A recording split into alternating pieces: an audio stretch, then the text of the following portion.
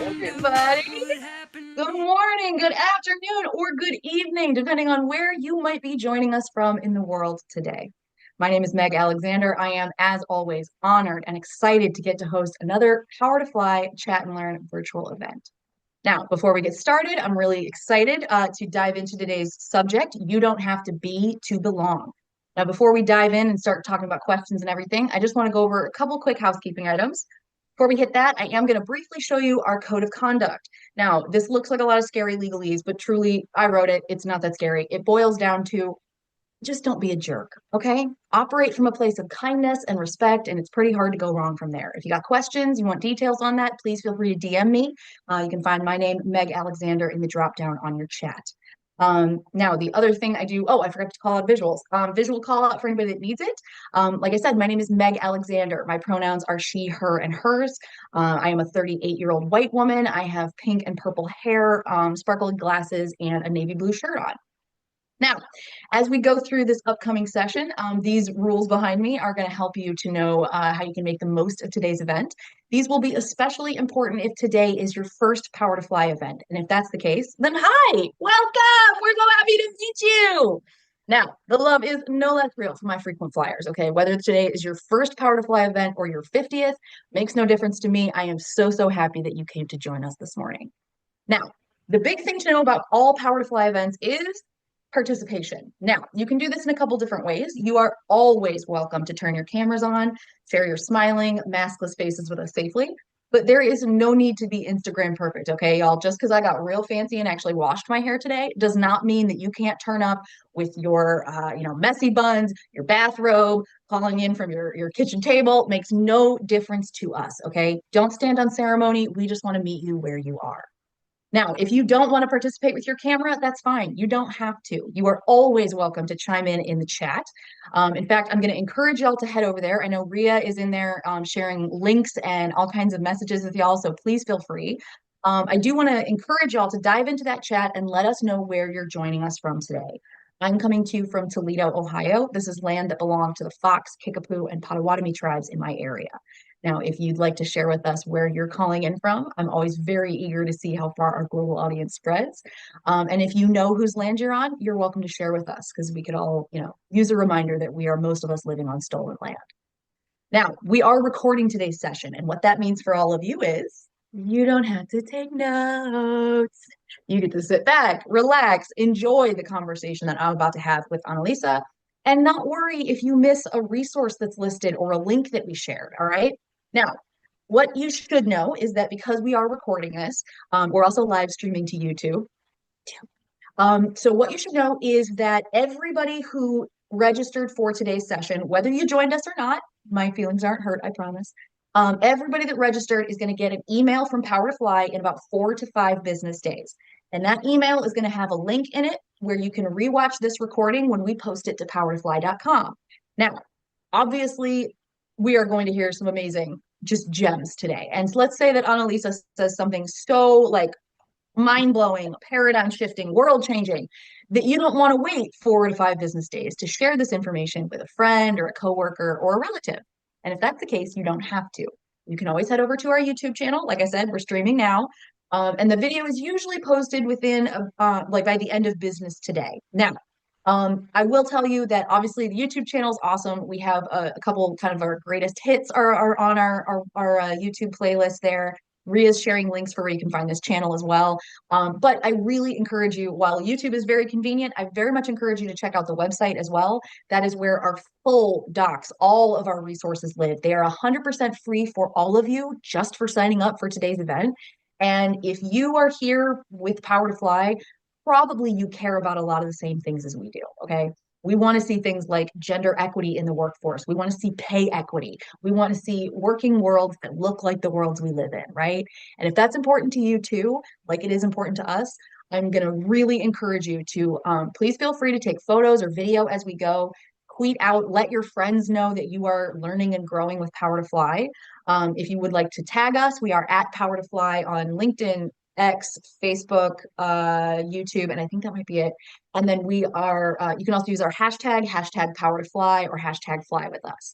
Anyway, anything we can do to get these resources in the hands of as many people as possible, that's how we think we're going to move the needle when it comes to some of our missions. So if that's something you also care about, please feel free to spread the word about Power to Fly. All right, now, last but not least, as we go through today, please feel free to ask questions in the chat.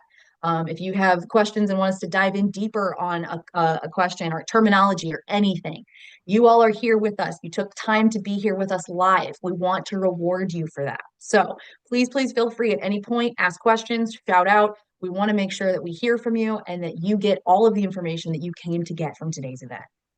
Now, before I introduce you to our fabulous speaker, she is here today on behalf of Hitachi Energy. Now, Hitachi is a fabulous company. They are a global technology leader that's advancing a sustainable energy future for all. Now, Hitachi serves customers in the utility, industry, and infrastructure sectors with innovative solutions as well as services across the value chain. Now, together with customers and partners, Hitachi Energy pioneers technologies to enable the digital transformation required to accelerate the energy transition towards a carbon neutral future. Now, Hitachi are advancing the world's energy system to become more sustainable, flexible, and secure, whilst balancing social, environmental, and economic value. Hitachi Energy has a proven track record and unparalleled installed base in more than 140 countries. Now, I think you're going to learn a little bit more about them today, but if anything that you hear piques your interest on Hitachi Energy, I very much encourage you to check out their company page. Now, Ria is sharing links to all of this in the chat thread as we go, but I really encourage you to check them out. If you want to, you can take a look at this QR code. Ooh, gosh, man, my weatherman skills need some work. But you can take a look at that QR code that's at the bottom of the slide next to me, and that will show you Hitachi's page on powertofly.com. Now, I'll share a little bit more information with you later about how this page can help you in your job search, but just hang out and stick around and we'll talk about that with about 5 minutes to go till the end of the hour today. All right, let's see. We've got people chiming in from Kristen's in Raleigh, North Carolina. We've got Runzi is joining from Bangkok. We've got Indianapolis, Indiana chiming in. Awesome. Thank y'all. Newfoundland, Connecticut. Let's see, Stockholm, Sweden, Columbia University, New York. Oh, and Aman from Delhi. Welcome, y'all. Thank you so much for joining in today. All right, now to introduce you to the woman of the hour. Annalisa Paliyenko is a global learning partner and global program manager for interrupting unconscious bias at Hitachi Energy. Now, Annalisa holds a master's degree in organizational development as well as a certified diversity executive. Now, Annalisa is recognized as a proven global talent and inclusive leadership development leader. She is effective at creating and implementing strategies that really drive true organizational success. Now, in 2023, Annalisa was honored as Hitachi Energy's Woman of Influence for her role as a people champion, creating a safe environment for open and honest communication and conversations while embodying the company's core competencies. Annalisa, I'm incredibly excited to get to talk to you today. Is there anything else that you think our audience members should know about you before we dive into questions? I think the only other things that I really identify with is I'm Ukrainian and a twin. So those are the two most maybe unique things about me that you may not know. Yes. Oh, I love that. Thank you for sharing, Annalisa. All right, so let me stop sharing my screen here. We'll bring you up on stage as well. And we will dive on into our questions. Now, just to reiterate, y'all, we've got questions that y'all had asked at registration. But as we go through these questions, if you have follow-ups, if you want us to go more in depth on something, please let us know. I'll have eyes in the chat as we go. And then if you have any questions or comments that you would like raised, but you want to be kept anonymous, no worries, y'all. Just DM them to me. Oh, pardon me. Got a burp stuck, I think. Just DM them to me. You can find my name, Meg Alexander, in the dropdown. Kelly, yes, you can absolutely share your LinkedIn info. Just make sure that you practice good digital hygiene. We are in a public channel, so just make sure that whatever you share, you're totally cool with it showing up on the front page of Google search page tomorrow. Okay, that's I'm a million years old, and that's how my teacher told me to think of the internet. So there you go. All right, Annalisa, very excited to dig in. And one of the biggest questions that we were asked was about kind of the meaning of the title of today's event. So for you, what does it mean that you don't have to be to belong in the workplace? That's a great question because I'm going to be transparent. This is a phrase one of my trusted advisors and colleagues at Hitachi, her name is Nandini Sakar, had used as we formulate our ERGs, employee resource groups, because so often people think they're more exclusive, but you don't have to be to belong means that even if we don't have a full identity with, let's say, another person in our community or our colleagues, we don't have to change who we be. We're beings first and doing second to belong, to engage, to be part of a shared purpose. And I think oftentimes I can only speak on my own behalf that sometimes I felt like I had to really change who I was and maybe even conform or just diminish maybe some speaking up, voicing up for fear of that's not my place or for fear of ridicule and things like that. So you don't have to be, meaning you don't have to just absolutely conform and still be yourself because everyone else is taken. Yeah. No, I mean, I think I think you're not alone in that. I think no matter who you are, no matter what industry you've been in, I think we've all at one point or another felt like either we needed to change a lot or a little of ourselves, highlight something, like kind of dim the light on something else. And I think that that's also what people where I think that's the baseline that most people think of when when we talk about things like code switching or like issues that tend to impact, I want to say minority demographics, but that's not actually what we're talking about. You know what I mean? So I feel like it's one of those situations where people they feel it in these small ways and assume that that's how everybody experiences it without realizing that it's very much possible to feel much more othered at work with little to no effort on anyone else's real behalf. And so I love this conversation because we're kind of more opening up this idea that you don't have to be anything specifically to feel out of place no matter where you are. So I think that that's incredibly like unifying feeling for I think a lot of us. When could you give us an example from your life when you felt that you had to do this, that you had to change some aspect of yourself? Yes, I think that throughout my life, I've been told sometimes you're a little too much, make space for others. And this is how I'm drawn. And I've been told before that just when I walk in a room without opening my mouth, I can look very intense. And so I had to be very cautious and careful. And what I started to do was put on characteristics that aren't mine. It didn't fit my skin. And so I behaved otherwise. I was either given the feedback that you're not participating. Well, when I do, then I'm too much. And so what I realized is okay, let's figure out how I channel my energy, channel my focus, and create space for others. But I'm also not responsible for those who don't go and take the space. Right. If I'm offering it, come on, you're welcome and come in. And I think one of the most interesting things that I read recently, and I'm sure some of these things are not going to be new to you, but it struck me so much as a tenured woman at this phase of life. And the expression said, when people say you're too much, tell them go find less. There it is. You're welcome. That's the second you said I've been told I'm too much. I was both like, girl, same, and also like, then go find less. If Yeah. I'm too much, what you're welcome. You're welcome for the extra. You don't need to request it. It's already here. Like, yes, yes. Oh my goodness. Y'all throw something in the chat. Throw a fire emoji in the chat if you are also have been told you needed to be less. Okay. I want to know how many other people this has happened to. Oh, Kelly coming in hot. Love this. All right. So, okay. So let's talk about this. As you go through, I don't know about you, but early on in my career, I felt much more pressure to change who I was. I felt it wasn't even pressure. It was like an expectation, right? Of like, well, I'm new in the working world. And so I'm definitely going to have to change some things about myself to fit in. Do you feel like it was easier to have this conversation with yourself the older you got, the more like further into your career, or do you find that it was difficult for different reasons no matter what time it hit you?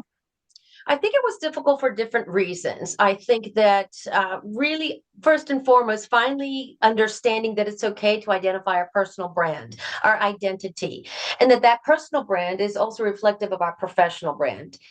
And I had some great confidants along the way. I can remember when I was still fumbling my way around, and one of my first managers took an opportunity for constructive feedback in such a way that rather than you dimming my fire, she said, okay, have you thought about this? How about we channel your energy and focus in this way for the intended outcome rather than coming in as it was so critical? So I think those those wonderful voices of calm and reason who can meet us where we are and say, yes, and let's what's your intended outcome and impact? So how do we modify? And I think what's really important is to also become aware, self-aware, not self-conscious, but self-aware of how does our personal identity combine and is a balance to our professional excellence. At the end of the day, what do we want to be known for? It's wonderful to be known for our persons, yes, but this is business, this is professional. And it's a beautiful thing when you can find that balance of, yeah, I'm going to be my authentic self while making sure that folks can say, gosh, you're a lot of fun around, great energy, great calm, whatever our being is, and you produce well. Well, and as you say this, like it's not like you said, it's not just about finding some place that you can dim yourself enough to be tolerated, right? It is about figuring out what about you is unique and valued. Now, not it's not to say that it's not valuable, and value kind of depends on the setting, right? There's certain Right. areas where being able to crack a great joke is excellent, and there's other times where it's like, no, no, no, be quiet. We are quiet now. So I think for me at least, it became a little bit easier to resist that impulse once I had things about myself that I liked, no matter the room I was in. And that was a hard thing for me to learn. I don't know about the rest of y'all, but like to figure out the things about yourself that you like and that you value no matter where you are, that to me was the cheat code. I had to get through that before I could really understand or be me without feeling like I was constantly kind of skittering all over this like, pad of like where my personality was that day, very, Right. very odd feeling. All right. As we are as we're talking about this idea of belonging, right? It starts with the individual because you want the individual to feel like they belong, but it's also a situation and kind of like a vibe that you want to set, and everyone in the company or in the group has to be in like kind of on board. How do you think fostering that belonging benefits the organization, the employees, the customers? Like, how do you think it benefits us as a whole, not just the person who is benefiting from it? I think fostering a culture of belonging is so beneficial to the organization because it then erases that fear of shame, blame. Do I sound stupid? Is it a dumb question?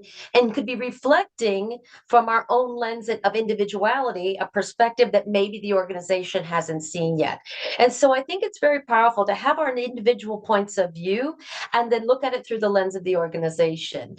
And what is something they're solving for that maybe that voice hasn't been considered, because that's really what inclusion and belonging is, making Yes. sure that we are solving for whatever the for in our example Hitachi Energy, providing solutions, products, services to a diverse community. And we can only do that if we invite the diverse voices. And what else, and what else. So that's why it's so powerful, I think, for us as individuals, when we feel like we can be ourselves within the context of a professional environment, because of course we're going to be different, but still our core being with family, with friends, with work, and that's fine. But being it through ourselves, through the lens of the organization, allows us to, my goodness, fulfillment, joy, and energy. And those are Yeah. super important things. I got to learn from an HR partner. I'm sadly I don't even remember who the woman was, but it was 2 years ago. I know that it was somebody I got to interview through work, and I got to interview this woman, and she basically talked about how it's not that we are different people in different settings necessarily, but that what you're trying to achieve is something like the facets of a jewel. That you are incredibly proud of all of the aspects of your personality. And there are some that you highlight in some situations more than you highlight them in other situations. And for her, what I liked was the specification that you are looking at your features and your facets as something to highlight, not something to hide. And that I thought was amazing because it was like, well, yeah, I'm a total goofball, and that's not real valuable in this setting, but it is absolutely valuable in a team setting because, yeah, right now we're down to brass tacks and blah, blah, but I am excellent at making everyone feel on board, everyone feel included, and everyone excited about what's about to happen. Now, is that valuable everywhere? No, not at all. But I have found the rooms where it is valuable, and that took forever. Do not get me wrong, y'all. That took forever. However, the closer you can get to knowing what you like about yourself and what is valuable, and this is something I can hang my hat on. Oh my God, excellent. Opens so many doors. Let's see. Oh, okay. Oh, Orsi is chiming in here, and Orsi, I apologize if I'm mispronouncing your name. Orsi says, "How do you make sure that you get into the right company culture?" So how do you like how should people be assessing these things? Yeah, well, in the interviewing process, first and foremost, ask what is your culture? What's it like to work here? What is the delight of your day? What's the disappointment of your day? Because we need to live in the reality. Not everything's here, not everything's there. And data point is not bad. Take a look at, things like Glassdoor and just talk to folks. And most importantly, look on LinkedIn. At Hitachi Energy, I'm super proud that we have a lot of fascinating things going on at all levels. We drive community connection, engagement with employees, just call to action when things happen in the world, whether it's California, Ukraine, or wherever it may have been, and be also really clear about what's important to you in terms of your culture, because it's interesting. Culture is a noun and a verb. So I find it kind of fascinating as a student of human behavior. Culture is our ways of being, of course, how what people find to be important, our practices and beliefs, but we also now also I was a biochemist study. So yeah, we cultured bacteria, and I'm not suggesting we culture bacteria, but we also can culture an environment by the way that we present ourselves. So it's kind of interesting to see it that it's not only a noun, but it's a verb. And just what is you want first? What is it? Pardon me. There's my funny language. What is it that you want first in terms of a working environment? What are the critical few? The love to have, and then see and ask those questions for that process of discovery. Yeah, this is one of the things we say a lot is in that interview phase, it's a two-way street, right? They are interviewing you, but you are interviewing them just as much. So, obviously there's a lot of money and a lot of time that goes into hiring somebody new. So the company for sure wants to know that they made the right choice. But we know that no one really likes job hunting because why? There has yet to be a reality show about it. So, because of this, we know that nobody likes it. So, if you know that it's going to be miserable, nobody wants to do it more than is necessary. So, be smart and ask them questions right back and listen to the answers. Like, listen to how they're answering. I don't know if you've ever heard of this one, Annalisa, but one of the things that we get told a lot is to ask questions about the ERGs. Do you have ERGs or BRGs at this company? That's awesome. What do they do? Are they more for, informational? Are they more for outreach? Are they more for, support for that group? And asking these questions is awesome, but like listen to the responses. Are they excited that you're asking about these things or are they not? Are they like, no, we actually don't do those next question? You know what I mean? Like pay attention to what the company's answer is on this. When you're talking about going to like LinkedIn and Glassdoor and stuff like that, that's awesome. Would you at all recommend asking to speak to somebody at the company who's in these roles, or do you think it's better to go outside? I think if you can, informational interviews, if I go back many, many, many years ago, that was the best advice I ever got. And especially, I had found at the time that women were very open to speaking to me. And that's actually how I got into the expertise of learning and development and as a consultant. And I was given some names and said, just 20 minutes, say, help me understand what it is that you do. What are the critical skills? And what are your pain points? And it was so powerful. And again, it's interesting how I still have these connections. And this was I can say it, 1997, a long time ago. And it was interesting. I wanted to just connect with what you said about employee resource groups. And that is the be to belong that we cultivate in Hitachi Energy, is that you can be an ally, you can be a part of it. Because even if you were using that wonderful analogy of the facets of a jewel, I think of ourselves as all this wonderful intersectionality of all these wonderful identities, talents. And again, dependent on the conditions, what lever are we pulling that's Yeah. going to give us the intended impact? And that's really important sometimes. What's our intention and what's going to be the impact of that intention? But I think absolutely, start to discover what it is that you would like to do by talking with people, and even ask them those questions about what are the least favorite parts of your role. Right. So let's say that we're working in some place and we are trying to create that more inclusive workplace, right? Let's say we've had a couple initiatives that have gone through. How can people measure the success of those efforts if they're trying to create a more inclusive workplace? That's a great question. And I also wanted to start answering that by saying the question about how do I find company culture, just what you're suggesting is we are also the architects of our own culture, how we are Mm. contributing to it. And even if you find yourself in a team that maybe has a new leadership or new team members, we can still provide context by how do we show up. And so the measures for culture are interesting. At a macro level, the culture measures would be um, churn, right? The turnover, the attrition. And the second could be what do we hear in employee engagement surveys, exit surveys, but more the micro, whether you are an individual contributor or leader of self, as it were, a team member, a team leader, just how about those everyday just kind of polls? How's it going? What's working for us? We can all, as teams, align to the purpose and mission of our companies because that's how we make our biggest contributions, but also have our own ways of working. What do we agree to? What's going to work? What's not going to work for us? And that's how we can create culture and measure it, by having authentic conversations with each other in the team, even if there's all kinds of energy swirling about us. Yeah, absolutely. Now, when it comes to soliciting that kind of feedback, what should the next step be? A lot of times we hear about companies that ask for the feedback, but then it feels like, well, we take these quizzes or we answer these questionnaires and then nothing happens. So ideally, if a company is asking for this feedback and is doing this pulse checking, what should be the next step? Like, what do you want to see from a company to know that they're actually engaged and really like purposeful about this?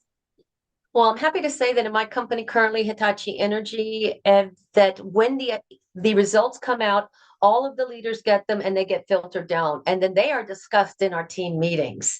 And so they do get the data and they look to see what do we need to solve for. One of them that we hear historically, it's a good news, is that they want more development, they want more learning, and so we're starting a new LMS and keep finding these great opportunities for people to develop and learn.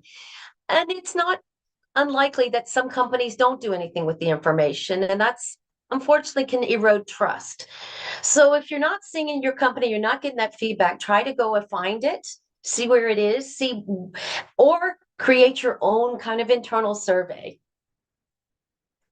Yeah, I like that. That's a good idea. Okay.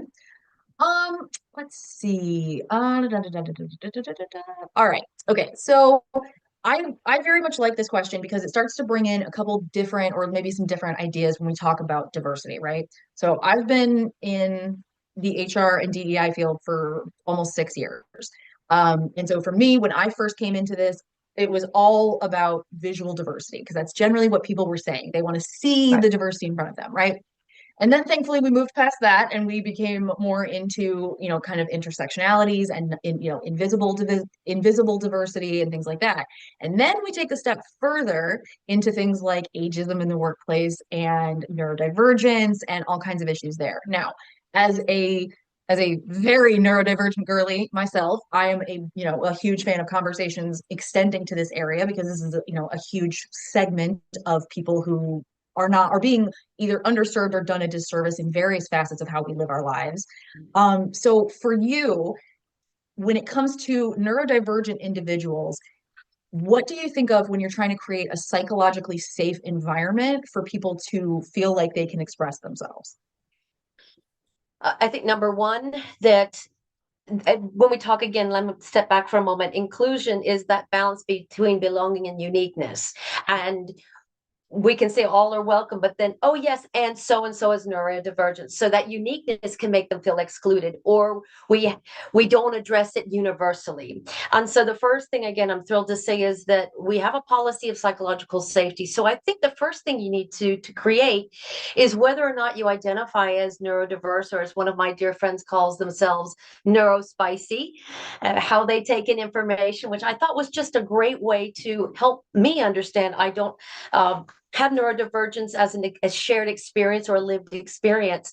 Help me understand what that looks like. What does that feel like? What are the challenges? And so, as a safety, Lisa, I'm sorry. No one ever starts with that. Can we just talk about how awesome that is? Can we just have a moment for I don't have that experience. What is that for you? I told you I learned something new every single time, and some of it's just this is what I want to be hearing more of. So this is awesome. Okay. All right, I'm being quiet. no, you're fine, because again, if I don't be that identity, I've got to help me understand what I don't know. How can I help facilitate this process? What am I doing? What am I not doing that may be helpful or hurtful unintentionally, or perhaps maybe perceived to be intentionally? And so I think if we set a spirit of psychological safety, which simply means this is a safe space, we'll use this as an example, that you can voice up, ask questions without fear of retribution, shame, or ridicule. And we also, and in terms of psychological safety, as participants, need to be open for feedback, so that, let's say again, if we all have different ways of interacting, that we make space for others, but also engage with consideration, also with curiosity versus judgment. And so if someone says or behaves a certain way, I can, again, I'll use myself as an example, and I was given this feedback. You appear to sometimes want all of the energy or attention because I'm voicing up, or I'm with my mouth shut, my energy or space feels. And so I've had to balance that. That's feedback I've gotten, because if I'm not aware of that, then I could have an unintended impact. And going to it's not going to allow me, it could distract or detract from the impact I'm trying to make. So I think it's a powerful thing to be able to moderate. And so for those who are neurodiverse, neurodivergent, if we create a holistic space for psychological safety, it becomes a part of our ways of working that honors all who might have other elements of their ways of being. Yeah.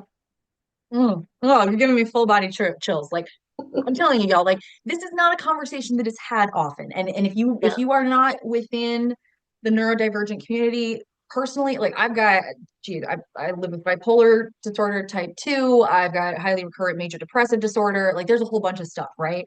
And I am also a cisgender heterosexual, except for the, hair color and tattoos, pretty average looking white woman. And I can't tell you how, oh my God, how safe it made me feel to know that, like, when I had my diagnosis, I could go to Power to Fly and be like, hey, here's what's not working out for me right now. Could we change this? And not have to worry that the immediate response is, oh, you can't do that? Bye. Yeah, and Meg, it's interesting you should say that, because I had a conversation with some colleagues in one of our more rural areas last week, and they were so open to understand. Even somebody raised their hand and said, I'm not sure I know what neurodiverse means. And I loved that. I said, well, let's talk about that. It is, and this is the challenge sometimes. It is a category that also sometimes is construed as a label and applied to all. And oh, this is what that is. If that's where your mind goes, that's fine, but don't lay that label of behaviors across everybody who's neurodiverse. And so it simply means that's, and correct me if I'm wrong, Meg, or add in here, but my understanding in the definition we use, neurodiversity, is that people process differently and have different sensory Yeah. boundaries. Yeah. Oh, it can go anywhere. I mean, that's the one thing that I do appreciate about like neurodivergent, neurospicy. is that it's a big tent, right? And there's room for a lot of people, and there are plenty of people that want not necessarily want the label, but like it's that sense of I'm not just some weirdo, I belong to a group kind of thing. At least for me personally, that's what I appreciate about it. But you're right, it absolutely, I mean, it can apply from everything through like my husband is also bipolar, but it could be include people who are dyslexic or have information processing disorders. It can be somebody who's along like the Asperger's autism spectrum. There's a lot, like there's a ton of different things that can fit within that. And so you're absolutely right. It is mostly about saying, recognizing that using the term means I probably have some needs that you don't, and I'd like a chance to talk about that. And I truly like, because I mean, let's be real, like I come from a very resourced, very like protected position. And so for me to feel like that was so much more safe tells me that other people must feel this even more keenly, even more seriously, to a point that has to be just so incredibly debilitating. So I love that we're opening up these conversations. Love this. And Meg, if I can address it, I just saw in the chat because this is one we also hear a lot about is the diagnosis in adults of ADD or ADHD.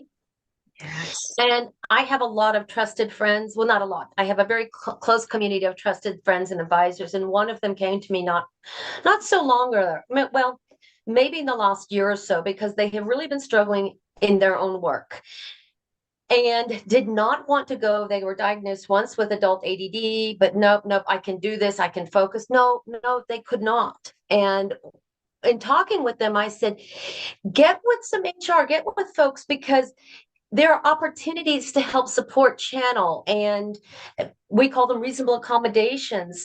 And the sooner you share it with HR and or your manager, then okay, great. I mean, I'm going to liken it to, all right, perhaps somebody needs a different monitor for visual purposes or auditory or any number of things. And it would be such a shame for the individual not to voice up for fear of embarrassment, retribution, any of those things. And compromise their own livelihood, but more important, what a disappointment and a potential loss for the Yeah. company of this brilliant talent and point of view. So Yeah. just for those of you who say, yeah, I have these challenges, there are companies, and again, it's just part of our being. Yeah. Kelly's chiming in the chat, saying, unfortunately, I lost a job back in late 2020. I have ADHD and my mom passed away due to cancer. Kelly, thank you for sharing this with us. I'm sure this is a lot for you. So thank you for sharing. She says, the company wasn't willing to work with me. I won't talk down on the company because I understand business is business, but it does feel wonderful to know there are companies out there that can empathize with your situation. Orsi also says there are those with a diagnosis who can do a job better than a normal person. So better to learn if you have a diagnosis. I completely support this.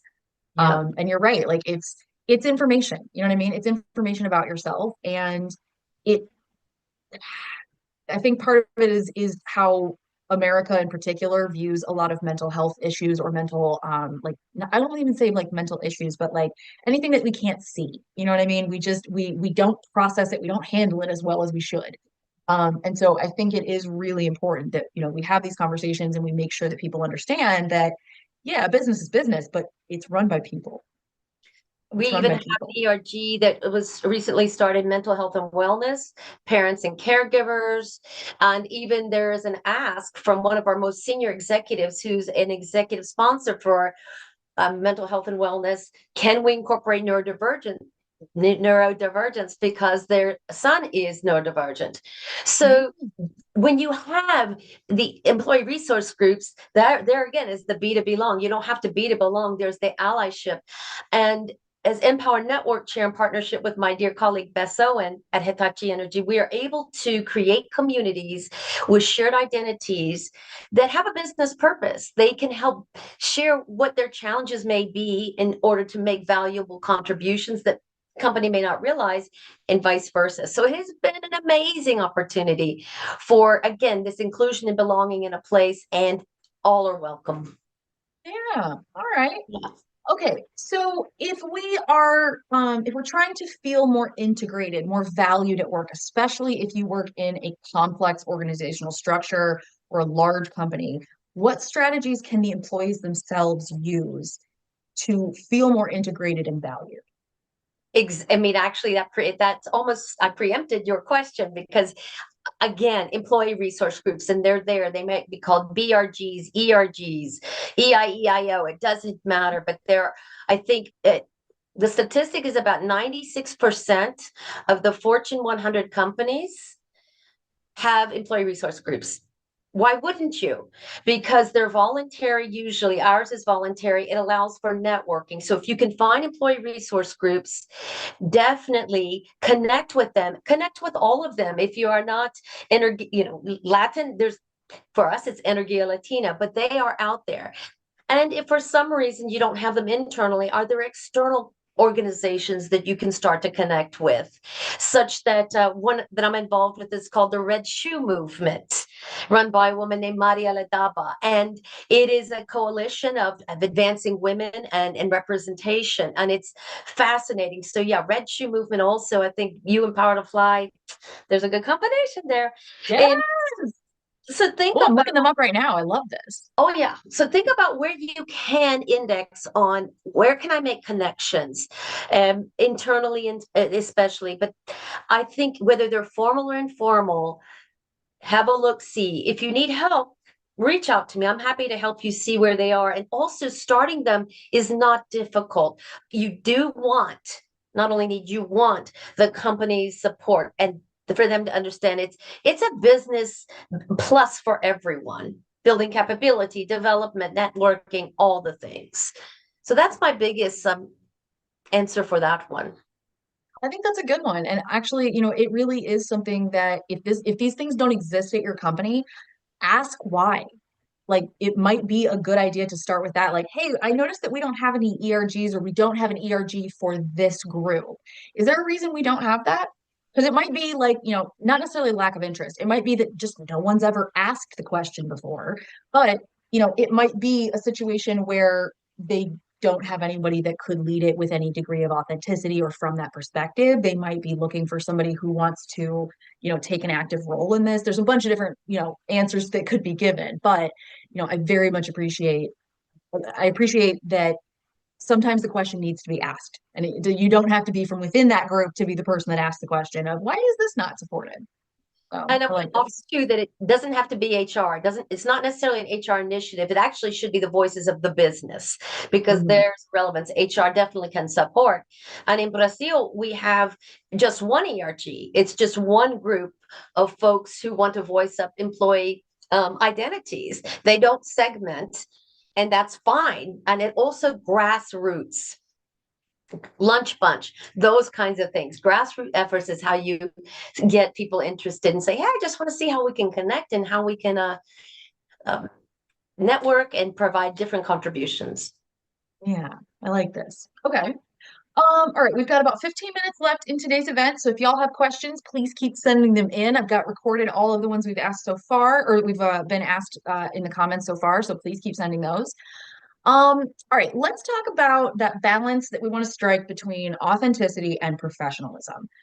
How do you recommend people balance this when they are trying to be their authentic selves, but still maintain that, that aura of professionalism or like being appropriate in the workplace? What do you recommend for people with this? What I recommend, and I see that is powerful, is first of all, as you said before, know yourself, know your value, know your clear points of view, and understand that how do we present that through the view, the lens of the organization, of what they're trying to solve for?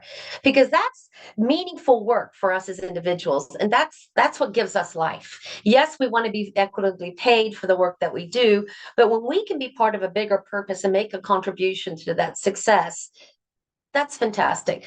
So the first thing is to really balance our personal brand, which is that unique who we be, our skills, our experiences, and personality that highlights what we can bring in terms of varied perspectives. But also then how we balance that is based on whatever industry you're in, know what the standards are. So if we are in legal, finance, insurance, there's a different sort of professional standard. And that's just about how credibility is established in a certain way. That's just what that is. we do see more license for personal expression in all kinds of places, like, let's say, the creative arts, sometimes interior design, any of those public relations. You might see more of that. However, we want to again express ourselves appropriately, such that what's being noticed is our contributions, right? And we don't want to detract from that. And I think it's really important to be known for our being. And even when we think about a personal brand statement, it usually starts with, I want to be known for X, Y, and Z so that I can deliver blank results. And those descriptors should be things that indicate your capability and your expertise. And the fact that you can do it being your person is fantastic. And be you want an aim to be known for your work ethic and your contribution, versus being overly outspoken or your personal style. And that's just the reality. And I think it's super powerful. And my early career started in luxury cosmetics. And you would think that one could be I know you can't tell, right? I put wipe on, wipe off, a whole new meaning. I love it as a as personal expression. And a lot of people think that the luxury cosmetics, these are the big folks, that you can be very, no, we actually got a code of how we had to look, from not getting tans based on our complexion to color of hair to length, all the things. And for me, that was a place that I didn't feel I could express myself, because my personal expression was, it was part of the role. So I was able to eke out of that and find a place where, no, that doesn't suit me in the long term. And so again, it's really about knowing your boundaries. And if, like for Meg, being able to be expressive with hair and all the things, if that's a must have and a deal breaker, then great. But what I'm finding is that most companies now more than ever are allowing for personal expression, but you just want to make sure, what are you being known for? Is that what you want to be known for? And then become aware and then shift. No, honestly, I very much appreciate this topic, and you're absolutely right. There are let's talk about this. I was in law school. I was going to be an attorney. Okay. Then I was a paralegal, which means you even have to be more buttoned up than the attorneys because you're the grunt that they send to go do the things and you have to look appropriate. So literally this, none of that would have been okay. But now I know that I don't belong in that field for many, many, many, many, many other reasons. Right. However, now that I know about myself that, my hair is my mood ring.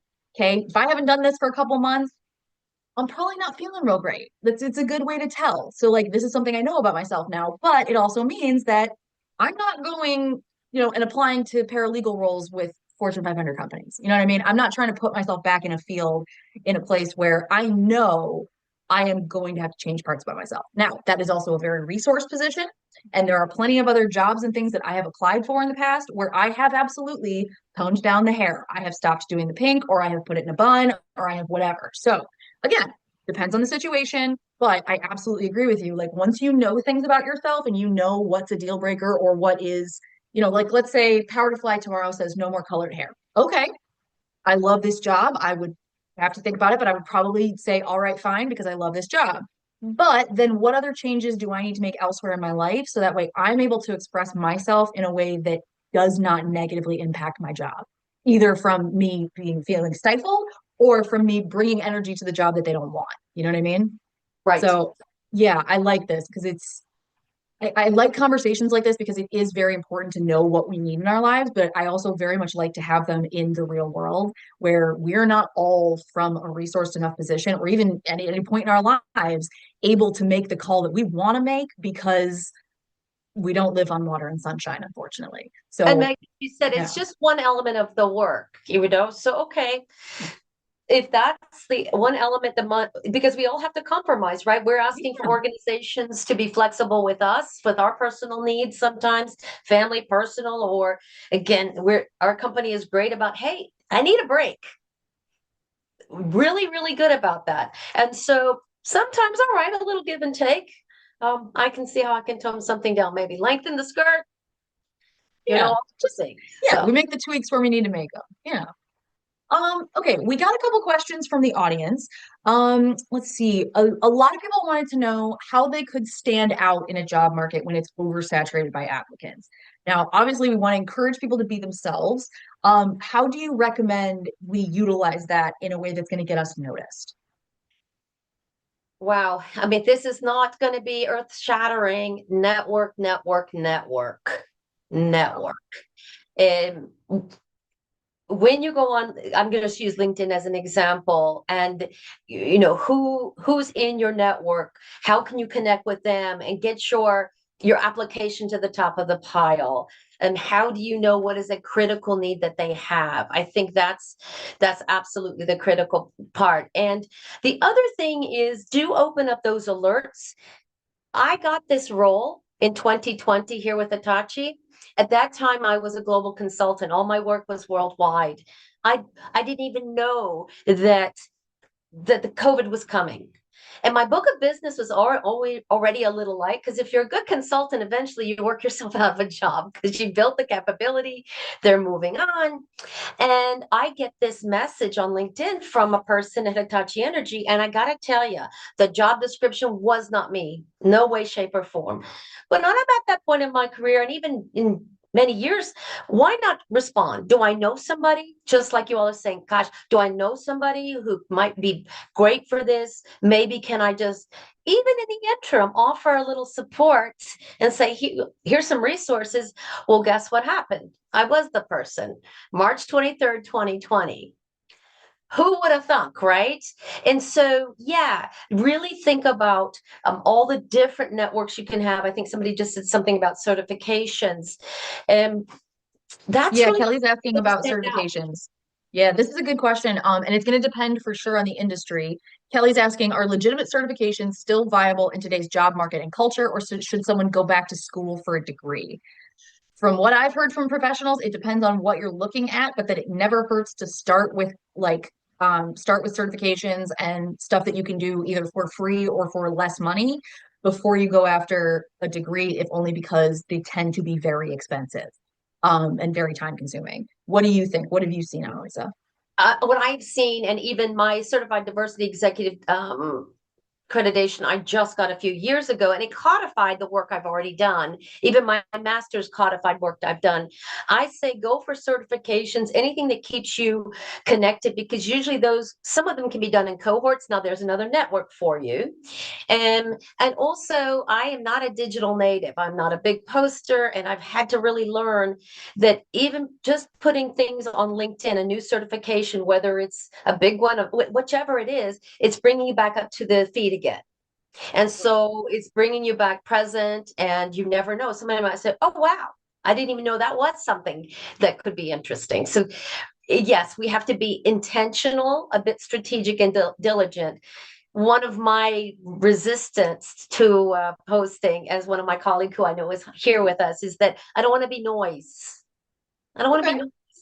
But what that's a I've had to good be concern. told is Yeah. that people will pick and choose what they're interested in. You put yourself out there, you have a voice, and I mean this, you, the people, everybody who's with us today, you have a voice, you have value.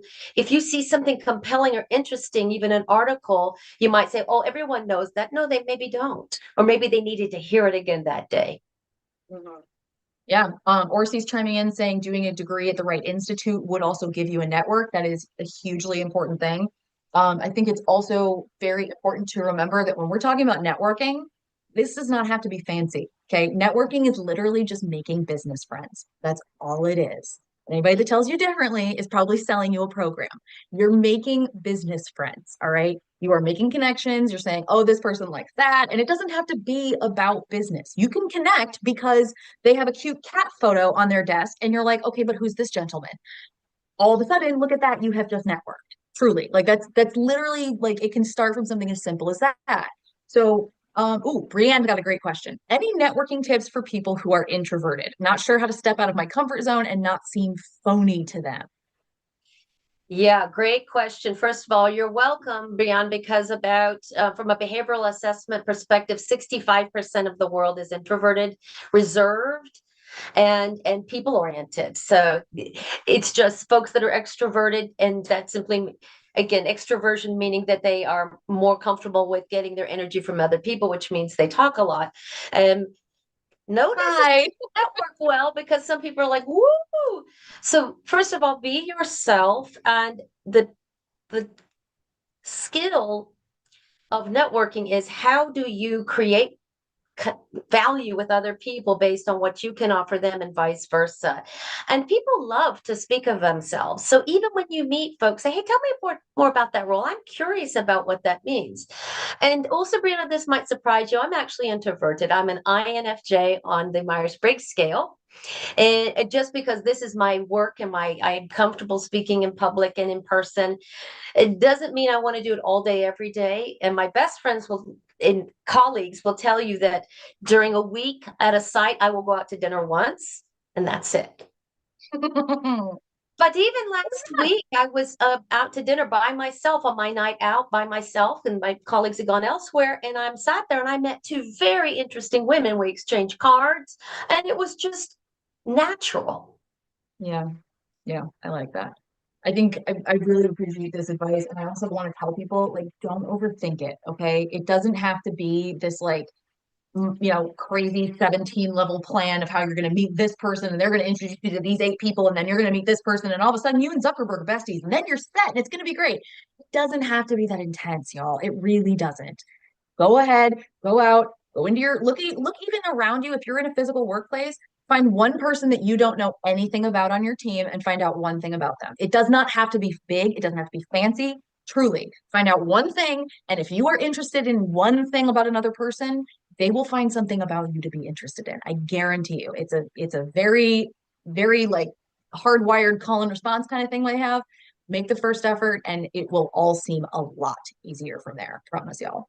One thing we shouldn't forget is the power in community involvement, Yes. volunteering, because we at our company are involved very deeply in the community. And that way you never know who you're going to meet, who's there with, in the community as well.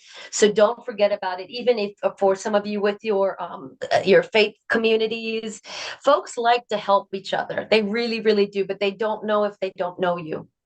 Mhm. Yeah, very, very true. All right, we've got 3 minutes left. I want to save a little bit of time to talk a little bit more about Hitachi Energy. You've told us a lot about the company culture. What is your favorite part about working at Hitachi? Oh, that's a big question, but I think it's kind of rolled into one is that since I arrived in 2020, my role and opportunities to get involved in different activities that either develop my expertise or have allowed me to really index on it are limitless. And so I can say that I was hired in as a global learning partner for the US. And then we had George Floyd. I have expertise in challenging conversations, powerful conversations, how we navigate that space here in North Carolina in the US. And that's a difficult conversation. That then they said, oh, you can do this? Oh, wow. What do you know about interrupting unconscious bias? So I've authored that program and now the ERGs that just started a couple of years ago. So what I love in a nutshell about working Hitachi Energy is that you come in with your job description or your remit, and then it evolves based on what you want to do, what you can help solve for. And so that evolution and development is available, which keeps it fresh here now 5 years later. Isn't that awesome? I love this. All right, my last question, at least about Hitachi Energy. What is your top tip for someone who's interviewing? Oh. Top tip for interviewing, and again, I know this is an oldie but a goodie, but I think it bears repeating. Whether it's Hitachi Energy or anywhere else, organizations want folks who can help them solve Mhm. business problems.